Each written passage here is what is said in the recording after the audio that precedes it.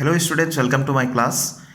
দুটা চলকত ৰৈখিক সমীকৰণ জোৰ তৃতীয় অধ্যায়ৰ পৰা আগৰ HSLC এক্সামিনেশ্যন বিলাকত কেনে ধৰণৰ কোৱেশ্চন আহিছিলে বা কোনবিলাক কোৱেশ্চন আহিছিলে কিতাপৰ সেইবিলাক আমি আলোচনা কৰি আছো। এইটো হৈ গ'ল দ্বিতীয়টো ভিডিঅ'। ইয়াৰ প্ৰথম ভিডিঅ' পাৰ্ট 1 ভিডিঅ'ত আমি ইতিমধ্যে আলোচনা কৰিলো 2015 আৰু 2016 ইয়াৰত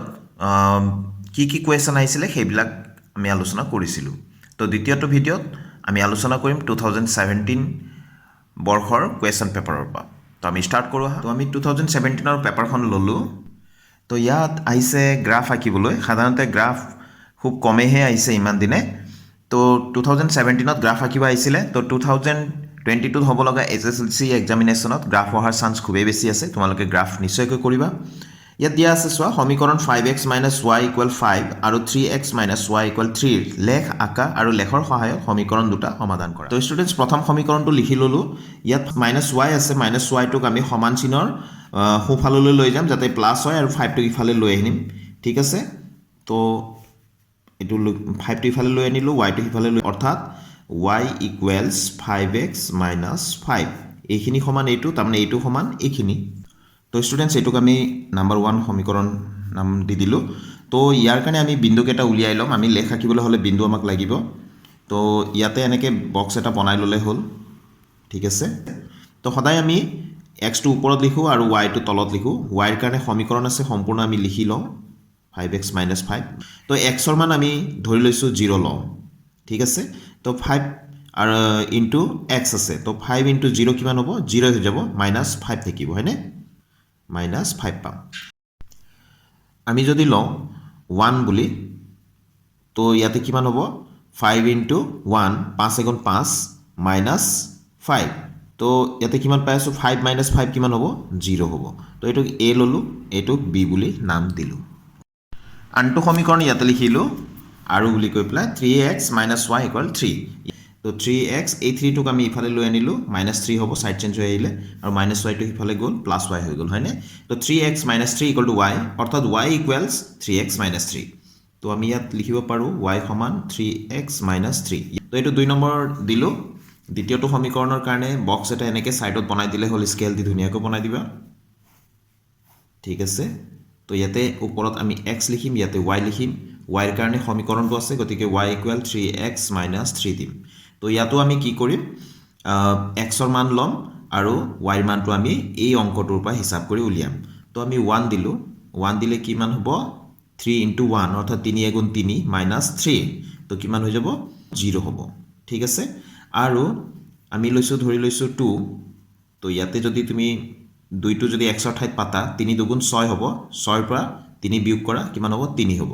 তো আমি 3 পাম। তো এই ধৰণে তোমালোকে কৰিবা। এইটো C দিয়া, এইটো D দিয়া। ঠিক আছে। তো এইখিনিৰ কাৰণে এই দুটা বিন্দুৰ কাৰণে এটা লেখ পাম, মানে আঁচ এডাল পাম, গ্ৰাফ নিশ্চয় জানা। এইটোৰ কাৰণে এটা গ্ৰাফ পাম, লেখ পাম। তো লেখ দুডালে য'ত কটাকটি কৰিব সেইটোৱে হৈ গ'ল আমাৰ সমাধান। তো লেখ আঁকিবলৈ আমি x অক্ষ আৰু y অক্ষ আমি এই ধৰণে আঁকিব লাগে, তোমালোকে নিশ্চয় জানা। মই মোটামুটিকৈ আঁকি দেখুৱাই আছোঁ। ঠিক আছে। তো আমি এতিয়া যিকেইটা বিন্দু পাইছিলোঁ, ইয়াৰ টেবুল 1 আৰু 2, তালিকা 1 আৰু 2খিনি আছে। এই বিন্দুকেইটা আমি কি কৰিম? এতিয়া ইয়াতে সংস্থাপন কৰিম, হয়নে? লেখ কাগজত বহুৱাম। ইয়াৰে লক্ষ্য কৰা এই বিন্দুটো আছে 0 - 5। তো সদায় আমি এই য'ত কটাকটি কৰিছে ইয়াৰ পৰাই আমি ষ্টাৰ্ট কৰোঁ, হয়নে? তো এই মান প্ৰথমটো আছে 0 আৰু -5। তো ইয়াতে 0 মানে হৈ গ'ল এক্সৰ মান, ইফালে x আছিল, হয়নে? এয়া এক্সৰ মান 0 আৰু ৱাইৰ মান -5। তো এক্সৰ মানটো আমি x অক্ষত হিচাপ কৰোঁ, গতিকে 0 আছে যেতিয়া 0, y আছে কিমান? -5। তো এক্সৰ মানটোতো আমি হিচাপ কৰিব নালাগে, ৱাইৰ মান আমি হিচাপ কৰিম। কিয় হিচাপ কৰিব নালাগে? কাৰণ 0 আছিলে। তো ৱাইটো ধনাত্মক হ'লে ওপৰত যাম, ঋণাত্মক হ'লে তললৈ যাম। তো ঋণাত্মক হ'ল 1 2 3 4 5। এইটো হৈ গ'ল আমাৰ প্ৰথম A বিন্দুটো। ঠিক আছে। A বুলি লিখিলোঁ এইটো। তো এতিয়া B বিন্দুটো আছে 1 আৰু 0। তো 1 বুলি ক'লে এক্সৰ মান 1, এইটো 1 গ'লোঁ এক্সৰ ফালে, এয়া ধনাত্মক x, এইটো ঋণাত্মক এক্সৰ মান যদি মাইনাছত থাকে তেনেহ'লে এইফালে আহিলোঁ হয়, x ডেছৰ ফালে, এইটো ডেছ। তো এতিয়া 1 আছে 1, ৱাইৰ মান কিমান আছে? 0, হয়নে? গতিকে 0 যদি আমি হিচাপ কৰিব নোৱাৰোঁ, একঘৰ আহিয়ে আমি ৰ'ব লাগিব। তো এইটো হৈ গ'ল B বিন্দু। ঠিক আছে। তো এতিয়া A আৰু Bক লগ লগাই এটা লাষ্ট আনি দিম। তো দেখিছা, এয়া মই আঁকি দিলোঁ। যিমান পাৰোঁ দীঘল কৰি দিম আমি এয়া ওপৰৰ পৰা মই এনেকৈ দীঘল কৰি দিছোঁ বি এই ৰেখাডালৰ নাম আমি ক'ব পাৰোঁ এ বি লেখটো হৈ গ'ল 1 নং সমীকৰণৰ লেখ এতিয়া আকৌ চি আৰু ডি দুটা বিন্দু আছিলে এয়া 1 আৰু 0 দ্বিতীয়টো সমীকৰণৰ পৰা পাইছিলোঁ তো 1 আৰু 0 বুলি কওঁতে এইখিনিৰ পৰা আৰম্ভ কৰিম 1 আৰু 0 এইটো বিন্দুৱে আছিলে তো বি বিন্দুতে চি বিন্দু হ'ব গতিকে ইয়াত আমি চি নামটো ওচৰতে লিখি দিওঁ ডি বিন্দুটো চোৱা 2 আৰু 3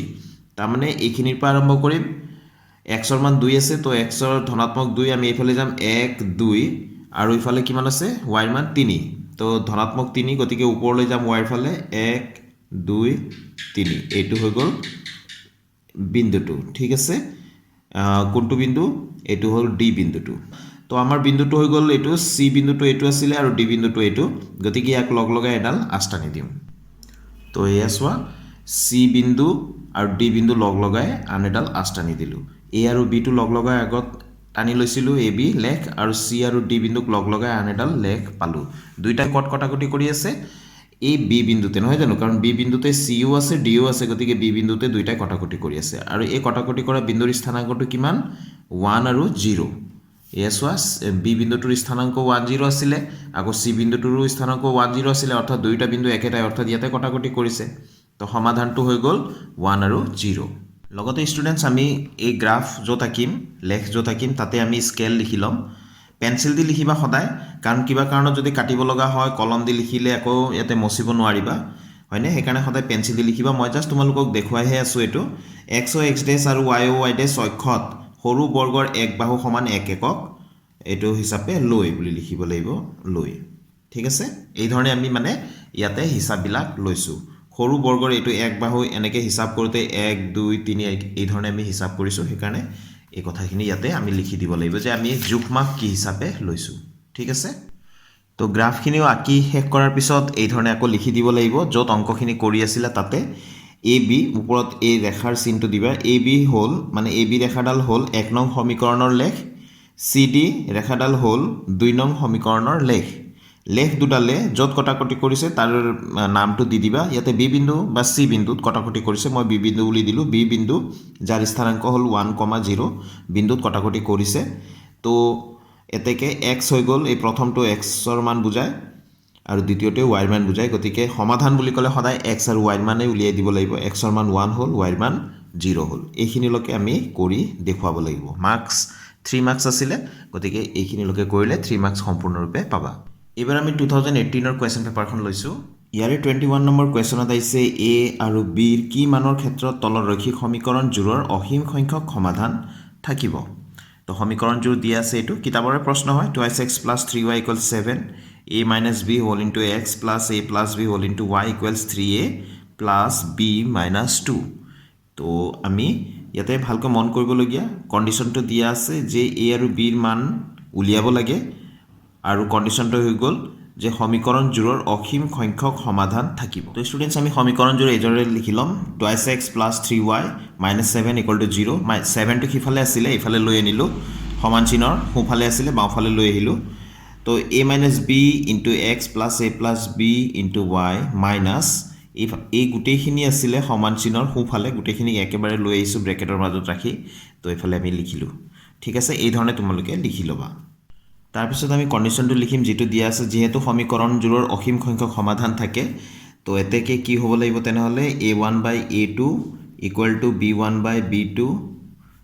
= c1/c2 এইটো আছিলে চৰ্তটো হয়নে তো ইয়াতে a1/a2 অৰ্থাৎ a মানে কি এই যে এক্সৰ সহগকেইটা প্ৰথমটোত আছে 2 এইটো a1 দ্বিতীয়টোত আছে a - b এইটো হৈ গ'ল a2 তো আকৌ b1 b2 মানে কোনটো y ৰ সহগকেইটা প্ৰথমটোত আছে 3 আৰু দ্বিতীয়টোত আছে a + b তো b1 ৰ কাৰণে 3 হ'ব b2 ৰ কাৰণে a + b হ'ব ঠিক আছে c1 c2 মানে কি এই ধ্ৰুৱক সংখ্যাবিলাক ইয়াতে আছে -7 আৰু ইয়াতে আছে মাইনাছত এই ব্ৰেকেটৰখিনি তো c1 মানে এইখিনি -7 আৰু c2 মানে হৈ গ'ল মাইনাছ ব্ৰেকেটৰ ভিতৰৰ এইখিনি ঠিক আছে তেনেহ'লে আমি পাতি দিওঁ মানকেইটা a1 মানে আমি লিখিম 2 a2 মানে a - b equals b1 মানে 3 b2 মানে a plus b c1 মানে -7 আৰু c2 মানে মাইনাছত এইখিনি মাইনাছ ব্ৰেকেটৰ ভিতৰত 3a plus b minus 2 ঠিক আছে মাইনাছ মাইনাছ এইটো কেনচেলে হ'ল তো ষ্টুডেণ্টছ এইটোক আমি 1 নম্বৰ সমীকৰণ বুলি নাম দি থলো তো 1ৰ পৰা অৰ্থাৎ 1 নং সমীকৰণৰ পৰা প্ৰথম দুটা অনুপাত লৈ অৰ্থাৎ এই দুটা লৈ পেলাই আমি হিচাপটো কৰোঁ প্ৰথম দুটা কি কি আছে 2/a - b = 3/a + b তো আমি এনেকৈ ক্ৰছ পূৰণ কৰি দিওঁ তো ডাঙৰটোৰে আগত কৰি দিওঁ 3a - b আৰু এইটো 2ৰে 2a + b ঠিক আছে বজ্ৰগুণন কৰি দিলোঁ তো ইয়াতে আমি পাম 3a - 3b এইফালে পাম 2a + 2b তো এইখিনি আমি এফালে লৈ আনিলোঁ 3a 2a টো এইফালে আনিলোঁ -2a আৰু b খিনি সিটোফালে লৈ গ'লোঁ সমান চিনৰ এইফালে 2b আগৰ পৰা আছে -3b এইফালে গ'লে +3b তো ইয়াৰ পৰা আমি পাম 3a - a মানে হৈ গ'ল a আৰু 2b + 3b মানে 5b এইটোক এটা সমীকৰণ নাম্বাৰ দি থলো 2 বুলি আকৌ লিখিলোঁ 1ৰ দ্বিতীয় দুটা অনুপাত লৈ দ্বিতীয় দুটা অনুপাত আছিলে 3/a + b তোমালোকে সমীকৰণটো চাই ল'বা 7/3a + b - 2 হয়নে এইটো আছিলে এইখিনি মাইনাছ টো কটা গ'লে তলেও পৰে তো এতিয়া আমি হিচাপটো কৰি দিওঁ আকৌ আগৰ নিচিনাকৈ বজ্ৰগুণন কৰি দিওঁ তো 7 দি আমি কৰিলোঁ 7a + b আৰু 3 ৰে ইফালে 3a + b - 2 তো ইয়াত আমি পাম 7a + 7b = 3 3 = 9a + 3b - 6 ঠিক আছে তো এতিয়া 7a এইটো লৈ আনিলোঁ 9a টো এইফালে আনিলোঁ -9a ঠিক আছে +7b আগৰ পৰাই আছে তো b ৰ ওচৰত -3b টো লিখিলোঁ তাৰপিছত এই -6 যিটো আছে হয়নে -6 টোক আমি সমান চিনৰ ইটো পাৰি ৰাখিলোঁ -6 ঠিক আছে বাকি গোটেইখিনি সমান চিনৰ বাওঁফাললৈ লৈ আনিছোঁ 7a - 9a -2a পাম তো +7b - 3b তো আমি 4b পাম আৰু ইফালে -6 আছে তো ইয়াত আমি কমন ল'ব পাৰোঁ -2 কমন লৈছোঁ যেনিবা তো a - 2b হ'ব হয়নে ইকুৱেলছ -6 তো আমি লাইনটো আকৌ এবাৰ লিখি লওঁ এনেকৈ -2 ব্ৰেকেটৰ ভিতৰত a - 2b আছিলে = -6 তো ইয়াতে a - 2b এইটো হ'ল -6 -2 টো ইফালে আমি লৈ আনিলোঁ তো ইয়াতে পূৰণ হৈ আছিলে গতিকে ই হৰত যাব - টো কেনচেল হ'লেই 2 3 × 6 তো a - 2b = 3 হ'ল তো a ৰ মানটো এতিয়া পাতি দিওঁ a ৰ মান আছিলে 5b হয়নে 5b পাইছিলোঁ অকণমান আগতে -2b = 3 তো ক'ৰ পৰা পাতিলোঁ আমি 2ৰ পৰা সমীকৰণ নম্বৰ 2 দি থৈছিলোঁ হয়নে 2ৰ পৰা আমি a ৰ মান পাতি দিলোঁ a ৰ মান কিমান পাতি দিলোঁ আমি 5b মই দেখাই আছোঁ তোমালোকক তো এইটো আছিলে a = 5b সমীকৰণ নম্বৰ 2 দি থৈছিলোঁ তেনেহ'লে আমি পাম 5b - 2b কিমান হৈ গ'ল 3b = 3 তো ইয়াৰ পৰা b = কিমান পালোঁ 3/3 তো 3 × 3 এতেকে b পালোঁ আমি 1 হয়নে এইটো b ৰ মান পাই গ'লোঁ আকৌ 1ৰ পৰা 2ৰ পৰা 2 নম্বৰ সমীকৰণটোত আছিলে a = 5b তো b ৰ মান আমি পাতি দিওঁ 5 × b ৰ মান কিমান আছে 1 হয়নে ইয়াত লিখিম যিহেতু b = 1 তো এতেকে a = কিমান হ'ব 5 × 1 = 5 তো a ৰ মান কিমান ওলাই গ'ল 5 ওলাই গ'ল তো আনসাৰ আমি যদি লিখোঁ তো a ৰ মান আগত লিখিম a = 5, b = 1 এইটো হৈ গ'ল আমাৰ শুদ্ধ আনসাৰটো তাৰপিছত আন এটা কুৱেশ্যন আছে 28 নম্বৰত এই পেপাৰখনতে যদি এটা আয়তৰ দৈৰ্ঘ্যক 5 একক হ্ৰাস আৰু প্ৰস্থক 3 একক বৃদ্ধি কৰা হয় তেন্তে ইয়াৰ কালি 9 বৰ্গ একক হ্ৰাস পায় যদি ইয়াৰ দৈৰ্ঘ্যক 3 একক আৰু প্ৰস্থক 2 একক বৃদ্ধি কৰা হয় তেন্তে কালি 67 বৰ্গ একক বৃদ্ধি পায় আয়তটোৰ দিগ আৰু প্ৰস্থ নিৰ্ণয় কৰা তো এইটো কুৱেশ্যন 2015ৰ কুৱেশ্যন পেপাৰখনত আমি ইতিমধ্যে কৰিছোঁ গতিকে ইয়াত আমি নকৰোঁ ভেৰি ইম্পৰ্টেণ্ট কুৱেশ্যন হয় তোমালোকে ভালকৈ কৰিবা তো আমি নেক্সট কুৱেশ্যন পেপাৰখন লওঁ তেনেহ'লে এবাৰ লৈছোঁ 2019ৰ পেপাৰখন ইয়াৰ অবজেক্টিভ টাইপ কুৱেশ্যনত কুৱেশ্যন নম্বৰ 3 আহিছে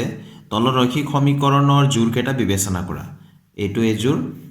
এজোৰ দিয়া আছে 3x + 2y + 5 এটা সমীকৰণ হৈ গ'ল ইয়াৰ জোৰা সমীকৰণটো হৈ গ'ল 2x + 3y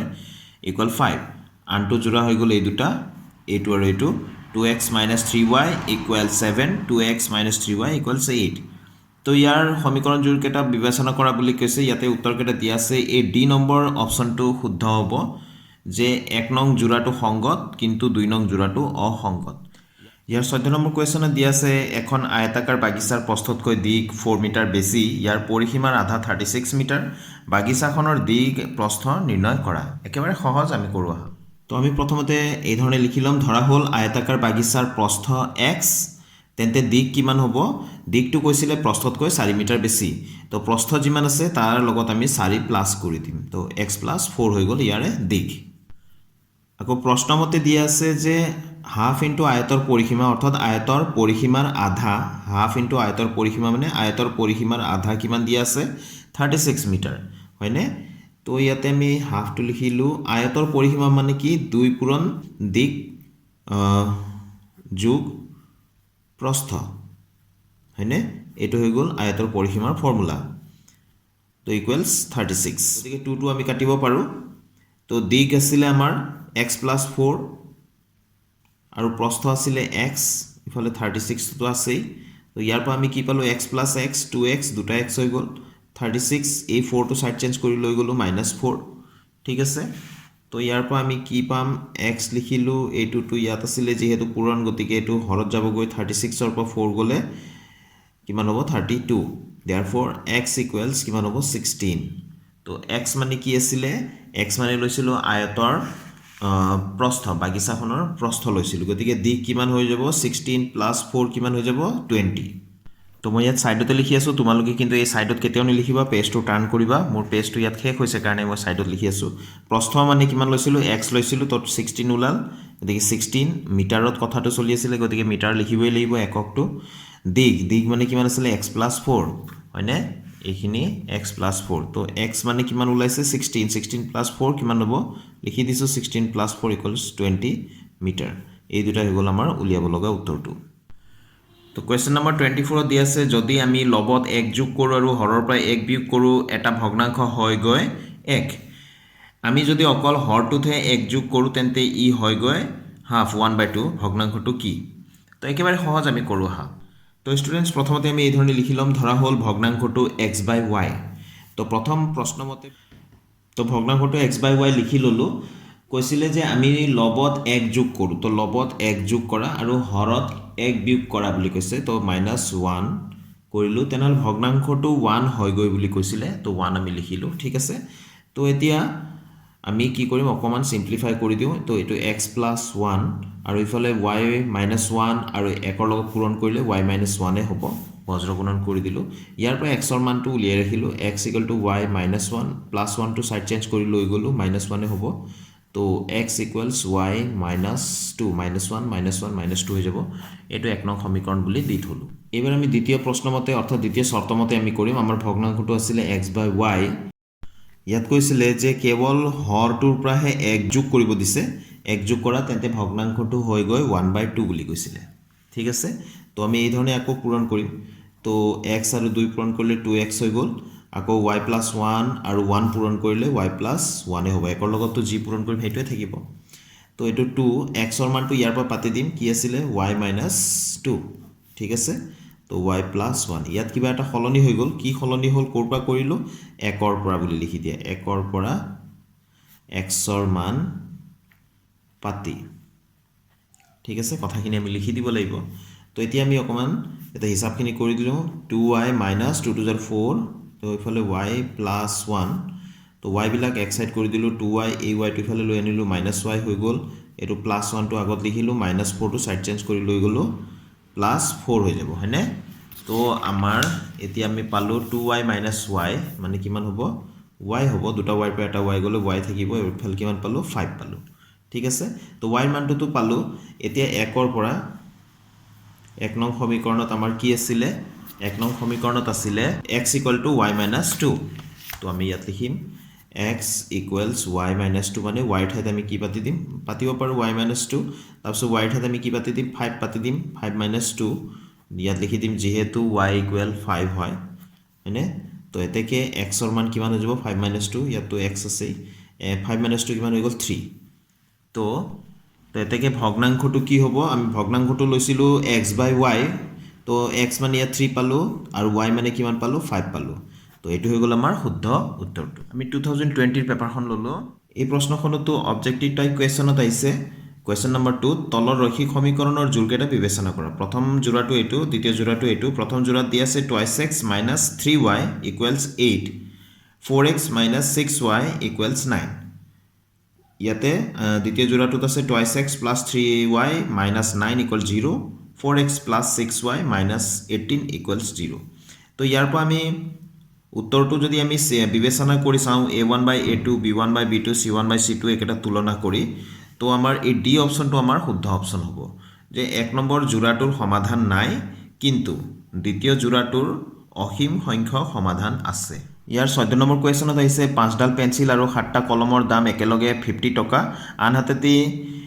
7ডাল পেন্সিল আৰু 5টা কলমৰ দাম একেলগে 46 টকা এডাল পেন্সিল আৰু এটা কলমৰ দাম কিমান তো স্টুডেন্টস আমি প্ৰথমতে এই ধৰণে লিখি লম ধৰা হ'ল এডাল পেন্সিলৰ দাম x টকা এটা কলমৰ দাম y টকা ধৰি ললো প্ৰথম শৰ্তত আমাক কৈছিলে বা প্ৰথম প্ৰশ্নত আমাক কৈছে 5ডাল পেন্সিল আৰু 7টা কলমৰ দাম একেলগে 50 টকা 5ডাল পেন্সিল এডাল পেন্সিলৰ দাম যদি x টকা হয় 5ডাল পেন্সিলৰ দাম 5x আৰু এটা কলমৰ দাম যদি y হয় তেনেহলে 7টা কলমৰ দাম কিমান হ'ব 7y এই দুটাক একেলগে কৰিলে অৰ্থাৎ প্লাস কৰিলে কিমান হয় বুলি কৈছে 50 টকা তো এটো এটা সমীকৰণ হৈ গল তো ইয়াৰ পৰা আমি x ৰ মান উলিয়াই থওঁ ঠিক আছে তো ইয়াতে 5x equals 50 7y to হিফালে লৈ গলো minus 7y x equals কিমান হৈ যাব 50 minus 7y by 5 এটো থাকক এটো নাম্বাৰ 1 দি থলো ঠিক আছে দ্বিতীয় শৰ্তমতে আকৌ কৈছে যে 7ডাল পেন্সিল আৰু 5টা কলমৰ দাম একেলগে 46 টকা তো এডাল পেন্সিলৰ দাম x টকা আছে 7ডাল পেন্সিলৰ দাম 7x আৰু 5টা কলমৰ দাম হ'ব 5y কাৰণ এটা কলমৰ দাম y আছিল 5টা কলমৰ দাম 5y একেলগে কিমান দিয়ে বুলি কৈছে 46 টকা ঠিক আছে তো ইয়াতে এতিয়া আমি এটা কাম কৰিম x ৰ মান এখিনি উলিয়াই ৰাখিছিলো হয়নে তো x ৰ ঠাইত আমি x ৰ মান পাতি দিও তো 7 টো আছে x ৰ ঠাইত আমি কি পাতি দিম 50 minus 7y by 5 plus এটো 5y আছে আৰু ইফালে 46 কোৰপা পাতিলো x ৰ মান 1 ৰ পৰা পাতি তো x ৰ মান 1 ৰ পৰা পাতি বুলি ইয়াতে লিখি দিলো এই যে x ৰ ঠাই দেখি নিজে আহি গল কোৰপা পাতিলো 1 নম্বৰ সমীকৰণত আমি উলিয়াই থৈছিলো তাৰ পৰা আমি পাতি দিলো ঠিক আছে তো এতে ইয়াতে 5 টো তলতে থাকিলে 7 টো পূৰণ হ'ব তো 7 5 গুণ 35 350 হল মাইনাস 7 7 গুণ 49 49y ঠিক আছে তো ইফালে কো এই 5y টুক আমি 5y আছে নহয় প্লাস 5y এটুক আমি ইয়াতে একেলগে লিখি দিব পাৰো লসাগু হিচাপে ইয়াতে কৰি তো 5 5 গুণ 25y equals 46 ঠিক আছে তো ইফালে এটু 350 লিখিলো মাইনাস 49y plus 25y তো y আছে তো এটা মাইনাস এটা প্লাস থাকিলে আমি বিয়োগ কৰিম তো 49 ৰ পৰা 25 গলে 24 হ'ব ঠিক আছে 24 টা y থাকিলে যেহেতু 49 টো ডাঙৰ তাৰে চিন থাকি যাব এই 5 টো লিখা নাই এতিয়াও সাইড চেঞ্জ কৰি ইয়াৰ লগত পূৰণ কৰিম 46 into 5 ঠিক আছে তো এতিয়া minus 24y লিখিছো এটুক এতিয়াও লিখা নাই 350 টো মই সাইড চেঞ্জ কৰিম তো 5 6 যা 30 কেৰি 3 5 4 যা 20 আৰু 3 23 হৈ গল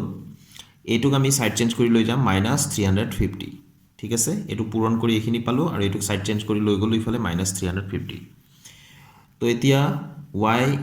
এখিনি লিখা নাই এতিয়া এটু আমি কোত লিখিম সাইড চেঞ্জ কৰিলে যেহেতু পূৰণ হৈ আছে হৰত যাব minus 24 এটু প্লাস এটু মাইনাস গতিকে বিয়োগ কৰিব লাগিব 0 পৰা 0 গলে 0 5 পৰা 3 গলে 2 3 পৰা 2 গলে 1 তো minus 120 পালো হয়নে তো মাইনাস মাইনাস ক্যান্সেল হৈ যাব তো আমি এটু দি কাটিলে ইয়াক 5 টাইম যাব তো therefore y equals কিমান পালো 5 তো আমি এটা কলমৰ দাম পাই গলো আকৌ 1 ৰ পৰা নাম্বাৰ 1 সমীকৰণত আমি পাতি দিও x equals কিমান আছিল 50 minus 7y আছিল এক নং সমীকৰণটো মই দেখাই দি আছো এটো এক নং সমীকৰণটো 50 minus 7y by 5 তো ইয়াত লিখিম x equals কি আছিল 50 minus আছিল 7y আছিল অৰ্থাৎ 7 into y মানে কিমান 5 পাতি দিম আমি পূৰণ চিন দিব লাগিব মাজত by 5 তো ইয়াৰ পৰা আমি x ৰ মান পাম এটো 50 টো আছে মাইনাস এটো 7 5 যা 35 পালো বাই 5 তো এখিনি x তো ইয়াতে x equals কিমান পালো অকমান থেপাথেপি কৈ লিখিছো যেহেতু মোৰ ঠাই শেষ তো 50 minus 35 হলে 15 by 5 তো 5 এৰে 15 ক আমি তিনিবাৰ কাটিব পাৰো তো x equals কিমান পালো 5 3 গুণ 15 x ৰ মান কিমান পাম আমি 3 পাম হয়নে তো y ৰ মান পালো 5 x ৰ মান পালো 3 তোমালোকে সদায় পেজ টাৰ্ন কৰিহে লিখিবা তো মই ইয়াতে লিখি দিম এতিয়া যি লাগে তো সেইখন আমি লিখি দিম এতেকে এডাল পেঞ্চিলৰ দাম 3 টকা আৰু এটা কলমৰ দাম 5 টকা এই দুটা হৈ গ'ল আমাৰ উলিয়াব লগা আনসাৰটো ইয়াৰ পিছতে আমি চাওঁ 24 নম্বৰ কোৱেশ্যনত দিয়া আছে এটা ভগ্নাংশৰ লব আৰু হৰ প্ৰত্যেকৰ লগত 2 যোগ কৰিলে ভগ্নাংশটো 9/11 হয় যদি লব আৰু হৰ প্ৰত্যেকৰ লগত 3 যোগ কৰা হয় ভগ্নাংশটো 5/6 হয় ভগ্নাংশটো নিৰ্ণয় কৰা এই প্ৰশ্নটো 2016 ৰ কোৱেশ্যন পেপাৰত আহিছে আৰু আমি কৰিছিলো ইয়াৰে ভিডিঅ'ৰ পাৰ্ট 1ত কৰিছিলো তো হেতু নিশ্চয় তোমালোকে চাইছা চাগে গতিকে এই ভিডিঅ'ত এই কোৱেশ্যনটো আমি নকৰো যদি চোৱা নাই কোনো কথা নাই ডেসক্ৰিপচন বক্সত মই লিংকটো দি দিম তোমালোকে নিশ্চয়কৈ চাই লবা তো ইয়াৰ লগে লগে 2022 চনত হ'ব লগা HSLC এক্সামিনেশ্যনৰ বাবে যেটো সিলেবাস আছিল সেই সিলেবাস মতে যিখিনি অংক আহিছিল আগৰ HSLC এক্সামিনেশ্যন বিলাকত গোটেইবিলা সামৰি ললো দুটা ভিডিঅ'ত পাৰ্ট 1 আৰু পাৰ্ট 2 পাৰ্ট 1 ভিডিঅ'টো তোমালোকে নিশ্চয় চাইছা চাগে যদি নাই চোৱা কোনো কথা নাই এই ভিডিঅ'ৰ ডেসক্ৰিপচন বক্সত মই লিংকটো দি দিম তোমালোকে নিশ্চয়কৈ চাই লবা তেনেহলে আজিৰ ভিডিঅ'টো মই ইয়াতে সামৰিছো ষ্টুডেন্টস নেক্সট ভিডিঅ'ত আকৌ লগ পাম নতুন কোৱেশ্যনৰ সলিউশনৰ সৈতে thank you students keep watching my channel